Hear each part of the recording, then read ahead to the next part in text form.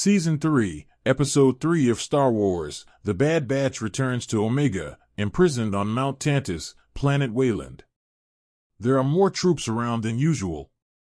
Because of this change, Hemlock asks Emery to run the blood tests that Nala Se has been exempting Omega from.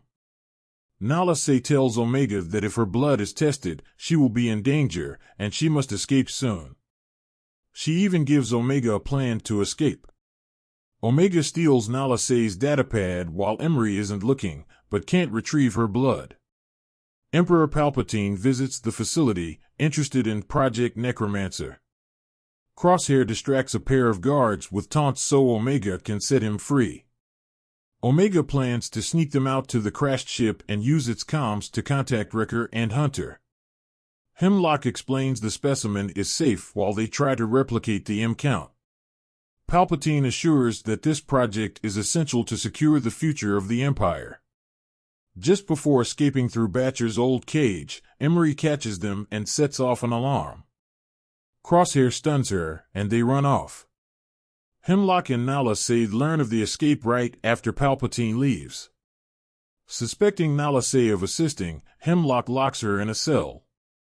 The Hounds are sent after Crosshair and Omega as they set off for the ship, but get caught up fighting bigger beasts. The comms are dead on the crashed ship, and troops close in. Omega and Crosshair run Plan 72.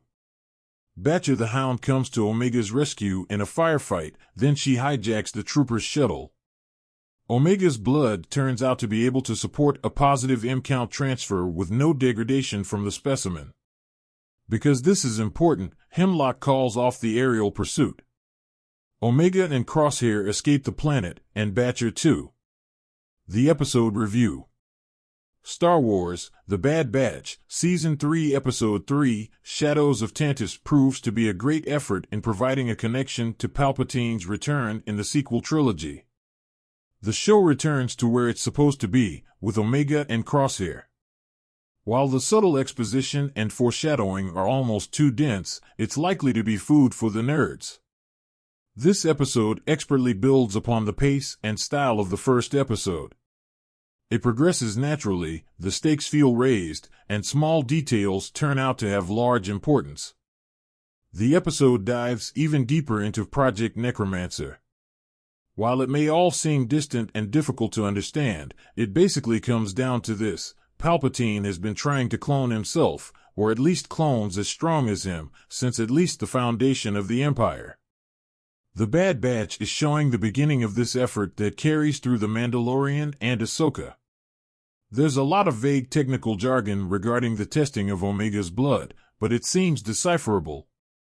Essentially, they are having problems finding genetic material or a kind of base tissue strong enough to withhold a midichlorian count necessary to clone Palpatine. It's unclear why his own tissue would not suffice, but what would a critic know about cloning Force-sensitive beings? For whatever reason, Omega's tissue can handle it, and so her connection to all of this is clear enough. So far, The Bad Batch is finding high-stakes ground for itself in the Disney era, thanks to Dave Filoni.